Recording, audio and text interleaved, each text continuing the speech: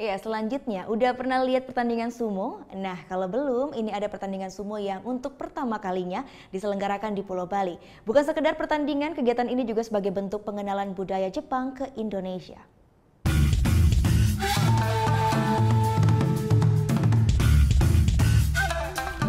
Sorak-sorai penonton dan anak-anak meramaikan pertandingan persahabatan sumo yang digelar di sebuah hotel di kawasan Tanjung Benoa, Bali. Dua pesumo profesional yang bertanding ini didatangkan langsung dari negara asalnya, yakni Jepang. Pertandingan persahabatan sumo ini digelar oleh organisasi yang bernama Project Sakura Bali. Kegiatan ini dalam rangka memperingati 60 tahun hubungan diplomatik antara Indonesia dan Jepang. Menjadi olahraga asli yang berasal dari negeri Sakura, pertandingan sumo ini bertujuan untuk mengenalkan budaya Jepang kepada wisatawan yang datang ke Bali.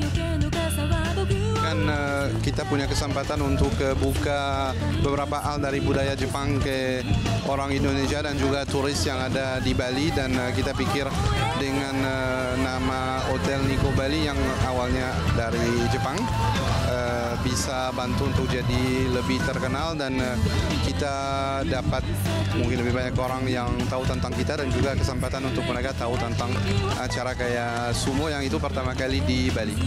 Terselenggara untuk pertama kalinya di Bali, pertandingan sumo ini menarik banyak perhatian penonton. Bahkan anak-anak pun antusias untuk ikut bertanding melawan sumo. Seru, terus greget gitu. Ini pertama kali saya melihat sumo.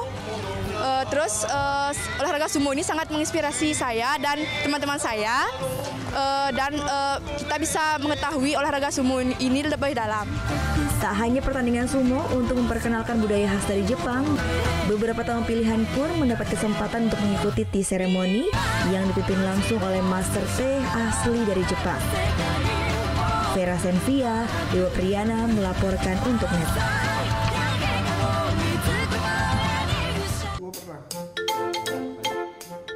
Nah, udah kan untuk beritanya? Jangan lupa di-subscribe, di-like, dan juga di-komen ya akun YouTube dari Net Bali. Terima kasih udah subscribe. Yang belum, jangan sampai lupa. Di sebelah sini nih. Mata